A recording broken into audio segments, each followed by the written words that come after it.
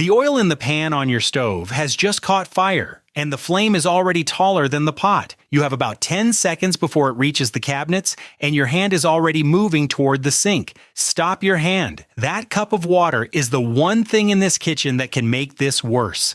Cooking is the #1 cause of house fires in America. The National Fire Protection Association counts roughly half of them, starting right where you're standing. The water is a big part of why. Here is the timeline where you pour it. The burning oil in that pan is north of 600 degrees Fahrenheit, or 3 times as hot as liquid water can ever get. Water is heavier than oil, so your cup punches straight through the flames to the hot steel at the bottom and flashes into steam. 1 cup of water becomes roughly 1,700 cups of steam instantly under a layer of burning oil. That is not a splash. That is a detonation. The steam erupts and hurls the burning oil into the air as a mist, thousands of flaming droplets, a fireball the size of a garage door rolling across your ceiling. Fire departments stage that exact demonstration in parking lots from behind shields.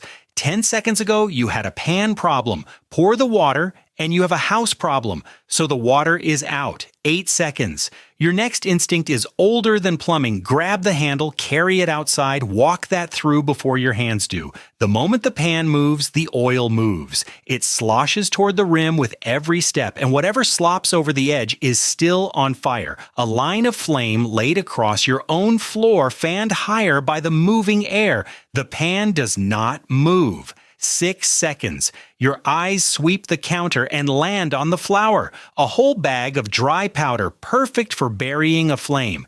It is the opposite. Flour is fuel. Thrown at a flame, flour dust ignites, the same physics that blows up grain silos. Baking soda is the one powder that helps. Heated, it releases carbon dioxide and smothers fire instead of feeding it. But it takes most of the box, and you have to grab the right white powder first try. There is a better answer, 4 seconds. And here is the secret of this whole fight. The winning move has been lying next to the stove the entire time. So boring, your brain refuses to see it as a weapon. The lid. Fire needs 3 things: heat, fuel, and oxygen. Take away anyone and it dies. You cannot cool the oil in time, and the fuel is the fire itself, but you can take away the air. You pick up the lid. A metal sheet pan works too, and you do not drop it on top. Dropping it flat punches flame and hot oil out through the gap. You slide it on sideways from the near edge across like closing a drawer, sweeping the fire shut ahead of it. Then you turn off the burner. That is the entire protocol. Lid slid sideways. Heat off. Starved of oxygen, the fire under that lid dies in seconds. The clock stops. Do not celebrate by peeking. The oil under that lid is still hundreds of degrees, and lifting it hands the fire its oxygen back.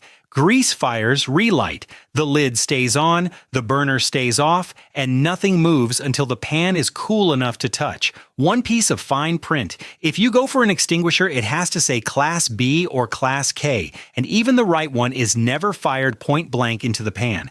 A close blast can splash burning oil over the rim. Stand back and sweep. Now run it back in one breath. The pan catches, the faucet stays off. The pan stays put, the flour stays in the bag. You slide the lid on sideways, kill the heat, and walk away until the metal is cold. The #1 cause of house fires in America, and the whole fight is 10 seconds, won by the most boring object in the kitchen. Your odds just went from a coin flip on the whole room to a 2-second chore. 10 seconds, 1 lid. Could you survive? Now, you could.